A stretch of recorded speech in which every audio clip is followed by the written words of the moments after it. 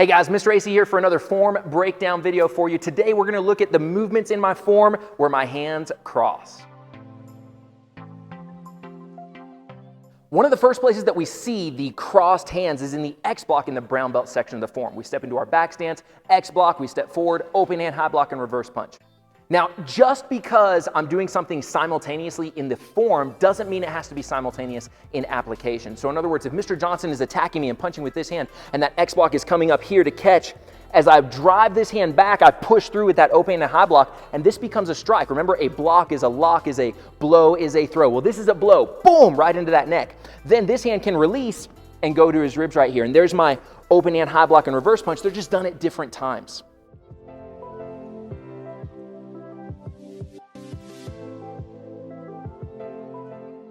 All right, now one of the next sections in the form where our hands cross is in that low X block and then that high X block. Let's take the slow X block first and let's continue this idea of maybe not doing things simultaneously. So even though in the form, we're stepping in and doing both at the same time, if we apply them at different times, we create a new kind of defense and attack at the same time. So as my partner comes up to try and kick me, I'm stepping forward. Remember in the form, I'm closing the gap. So I'm not necessarily trying to get the very end of his kick here, which does work, but man, it hurts, okay? Instead, I'm gonna try and close this gap and get my low block to happen on the inside of his knee here. Here, boom. Then my cross is this other hand coming underneath for a strike. So as he comes in for that punch, I'm coming here and going 1, 2, and hitting the inside of that thigh.